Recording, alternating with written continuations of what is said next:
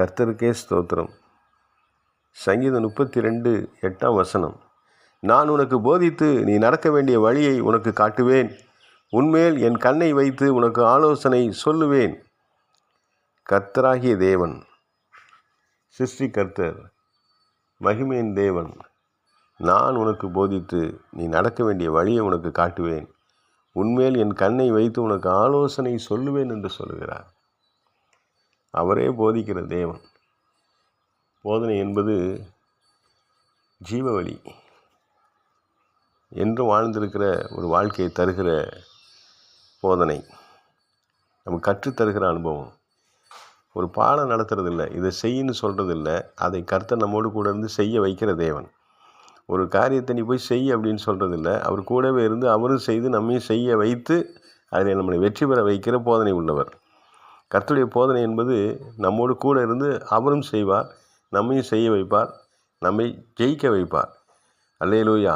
நீ நடக்க வேண்டிய வழியை உனக்கு காட்டுவேன். நீ நடக்க வேண்டிய வழியை உனக்கு காட்டுவேன். அது எப்படின்னா, என்ன வழியில் போகணும், என்ன வழியில் நம்ம ஆசீர்வாதத்தை பெற முடியும், எப்படி நாம் தேவனுடைய சமூகத்தில் ஆசீர்வாதத்தை பெற்று நாம் வெற்றி உள்ளவராய் வாழ முடியும் என்கிற வழியை நமக்கு காட்டுகிற தேவன். உன்மேல் என் கண்ணை வைத்து உனக்கு ஆலோசனை சொல்லுவேன். அவருடைய கண்ணே நம்ம மேலே வைக்கிறாருன்னா அவருடைய முழு கவனமும் நம்ம மேலே இருக்குது.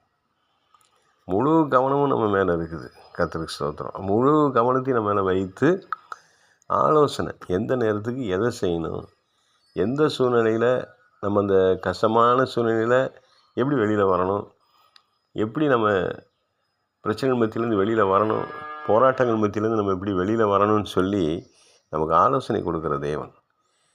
வாழ்க்கையில் ஒவ்வொரு ஸ்டெப்ஸுக்கும் ஒரு ஆலோசனை தேவைப்படும். ஒரு ஸ்டெப்லேருந்து அடுத்த ஸ்டெப் மேலே ஏறும் பொழுது கண்டிப்பாக ஒரு ஆலோசனை தேவைப்படும். அப்போ மனுஷனுடைய ஆலோசனையெல்லாம் எப்படி இருக்குன்னு நமக்கு ஏற்கனவே தெரியும். ஆனால் கர்த்தருடைய ஆலோசனையே நிலைன்னு இருக்கும். அவர் கொடுக்குற ஆலோசனை நிலைன்னு இருக்கும். அவர் சொல்ல ஆகும், அவர் கட்டளை நிற்கும். கர்த்தர் ஆலோசனையில் ஆச்சரியமானவர், செயலிலே மகத்துவமானவர். அருமையான தேவனுடைய பிள்ளைகளே, சங்கீதம் 32:8 சொல்லுகிற அந்த வார்த்தையை நாம் வாசிப்போம், தியானிப்போம், ஒப்பு கொடுப்போம். நான் உனக்கு போதித்து நீ நடக்க வேண்டிய வழியை உனக்கு காட்டுவேன்.